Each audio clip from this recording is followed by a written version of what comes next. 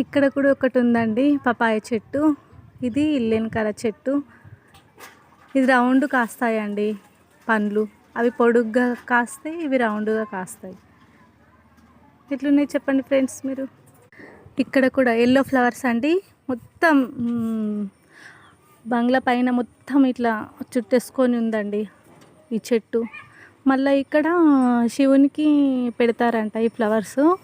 అవి పూసాక అదొక వీడియో తీస్తాను. అది డిఫరెంట్గా ఉంటుందండి, ఎవరు చూడలేదు కావచ్చు, ఫస్ట్ టైం మేము కూడా చూడడం. ఈ ఊళ్ళో అసలు ఎవరికి లేదు, మాకే ఉంది ఇది. ఇది ఫ్లవర్ పూసాక నేను చూపిస్తానండి.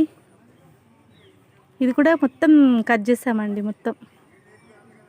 ఇదైతే జామ చెట్టు అండి. మీకు ఇంతకుముందు వీడియోలో చూపించాను. ఫుల్గా కాయలు అయినాయండి. తిన్నాం కూడా, ఆల్రెడీ సగం తెంపేసుకున్నాం. సూపర్గా ఉంటుందండి చెట్టు అయితే, పండ్లు అండ్ చెట్టు. ఇది సీతాఫలం.